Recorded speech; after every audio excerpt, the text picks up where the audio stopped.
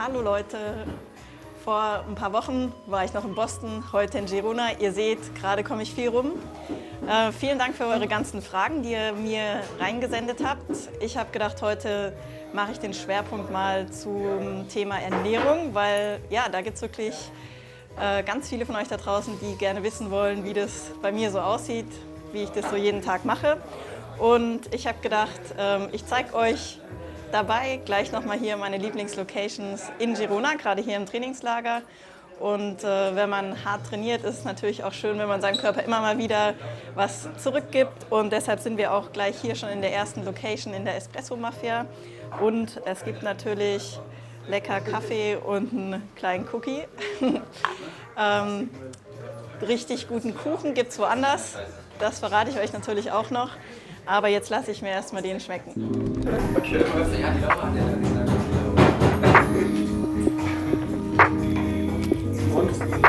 Good stuff.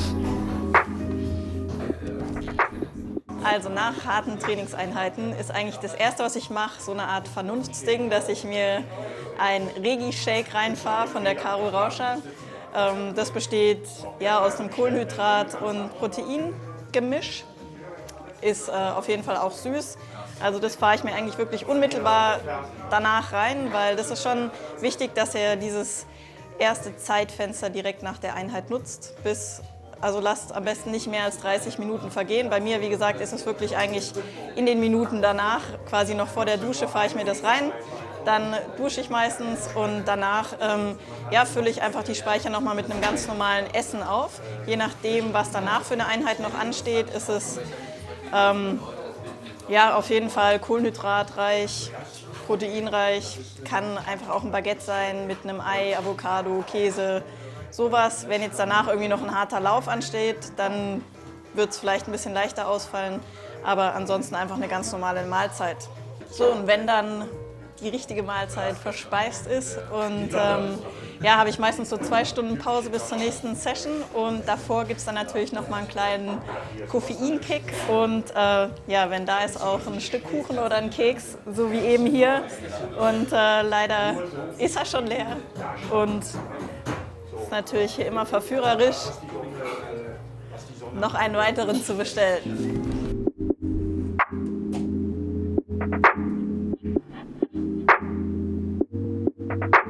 So, jetzt zeige ich euch mal, wo es den besten Kuchen gibt. Leider schon zu, aber wir hatten ja gerade auch Kaffee. Aber jeder, der schon mal in Girona war, war sicher auch hier bei La Fabrica. Und da gibt es auf jeden Fall, ich glaube, er heißt Hummingbird Cake. Schön viele Schichten, irgendwas mit Walnuss und Creme und richtig lecker. Und hier kann man eigentlich auch super schön auf der Treppe sitzen, bisschen die Sonnenstrahlen genießen und sich nach getaner Arbeit gut gehen lassen. Meine Ernährung so grundsätzlich sieht so aus, dass ich mich zu 100% vegetarisch ernähre, zeitweise auch vegan. Finde ich auch eine super Ernährungsweise, wobei ich hier und da eben gerade mit dem Profisport auch an Grenzen stoße von der Effektivität. Aber hätte ich auch kein Problem, sonst 100% vegan zu leben. Ich achte vor allem eben viel auf frische Lebensmittel, viel Gemüse, viel Obst, viel Hülsenfrüchte, also auch viel pflanzliches Protein.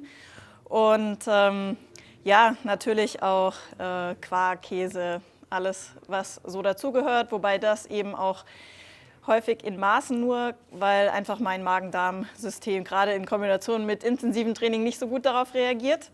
Ansonsten ist nichts wirklich speziell an meiner Ernährung. Ich zähle keine Kalorien, ich wiege nichts ab, sondern ich mache das einfach ganz nach Gefühl und denke, ich habe da einfach auch ein gutes Körpergefühl und appelliere da eigentlich auch an euch da draußen, einfach mal mehr wirklich aufs Gefühl zu hören.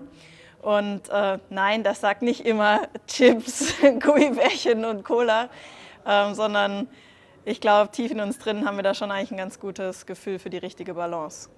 Also morgens ist mein Frühstück eigentlich vorm Training überwiegend ein Porridge mit Obst, Mandelmus, Zimt, Honig. Da variiere ich so ein bisschen, aber einfach immer eine schöne große Schale. Dazu meistens einen Tee. Morgens bin ich noch nicht so der Kaffeemensch, sondern meistens dann erst so zum zweiten Frühstück oder eben nach dem Mittagessen. Oder halt ein Espresso ganz früh. Und das ist für mich einfach eine Mahlzeit, die ich super gut verdauen kann, wo ich einfach auch weiß, darauf kann ich gut trainieren. Das ist eigentlich auch mein Frühstück, was ich vor den Wettkämpfen zu mir nehme. Da lasse ich das Obst weg, reduziere es meistens auf eine Banane vielleicht, aber einfach sonst auch so einfach der Porridge, variiere da zwischen verschiedenen Flocken auch. Also Hafer ist eigentlich immer dabei, einfach weil es so gut schmeckt.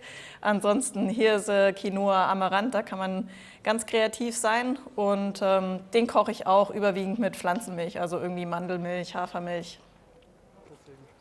Also Nahrungsergänzungsmittel nehmen keinen großen Teil meiner Ernährung ein. Ich versuche da wirklich so wenig wie möglich zu mir zu nehmen.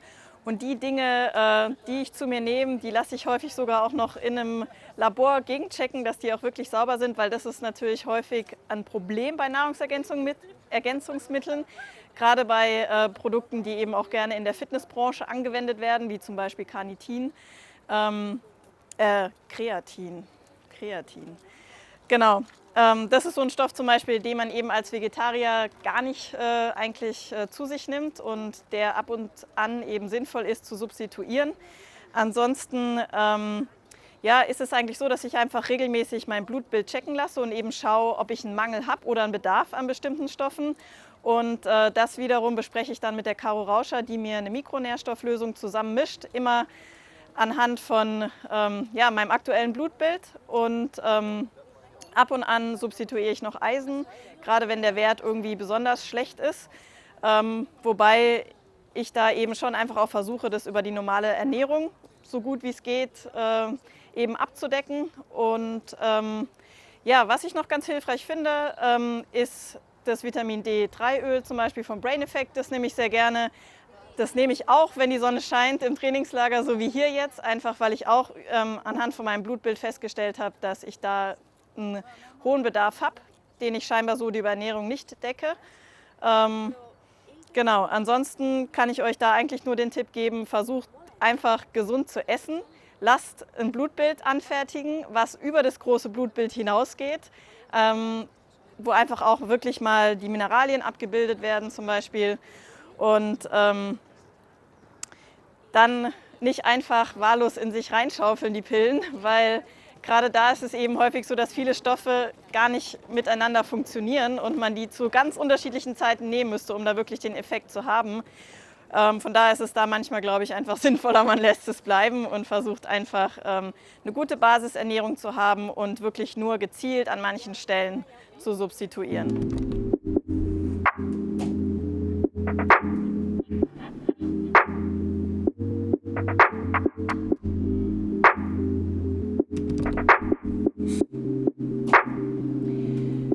Verpflegung während meinen Sessions, vor allem während intensiven Sessions, sieht eigentlich so aus, dass ich zum Beispiel beim Schwimmen eigentlich immer in den Intervallpausen irgendwie einen Schluck was Süßes nehme.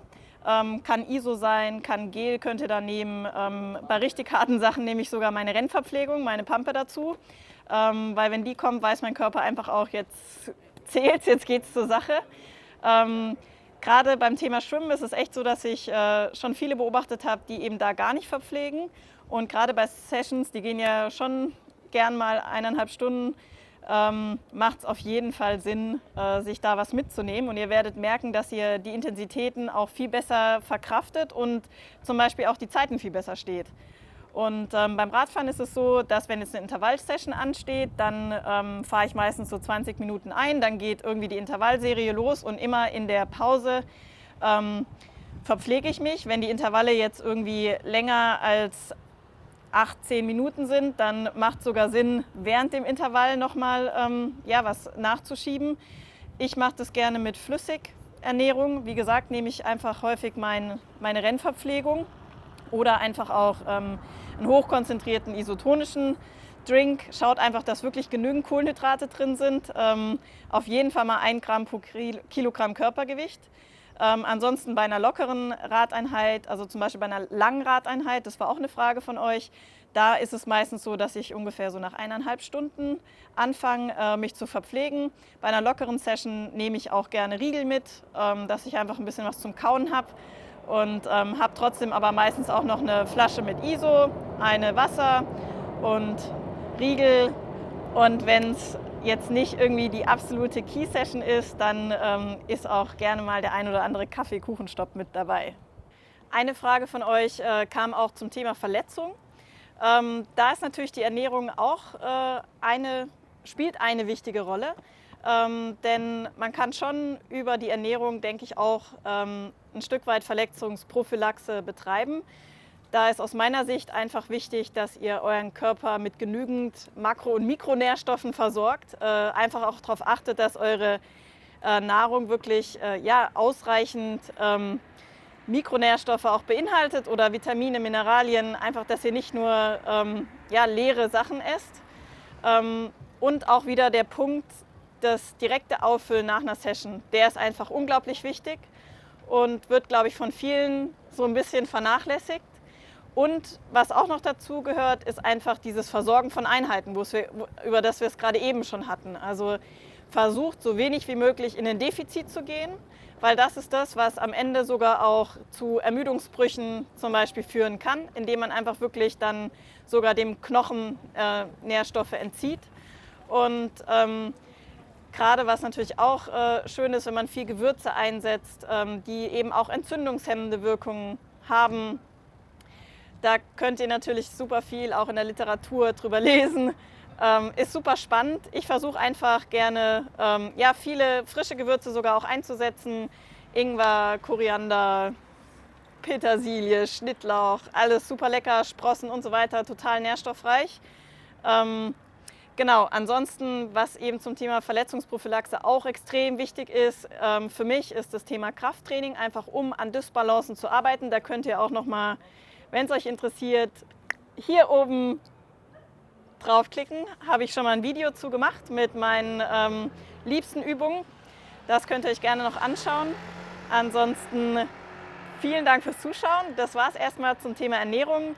Ist mit Sicherheit ein Thema, was ich nochmal aufgreifen werde, aber dann das nächste Mal in meiner Küche zu Hause und da werde ich mal ein bisschen tiefere Einblicke geben. Ist jetzt, wie gesagt, hier im Trainingslager auch wieder ein bisschen schwierig. Ich hoffe, ihr fandet es trotzdem interessant. Es hat euch Spaß gemacht zuzuschauen und bis zum nächsten Mal.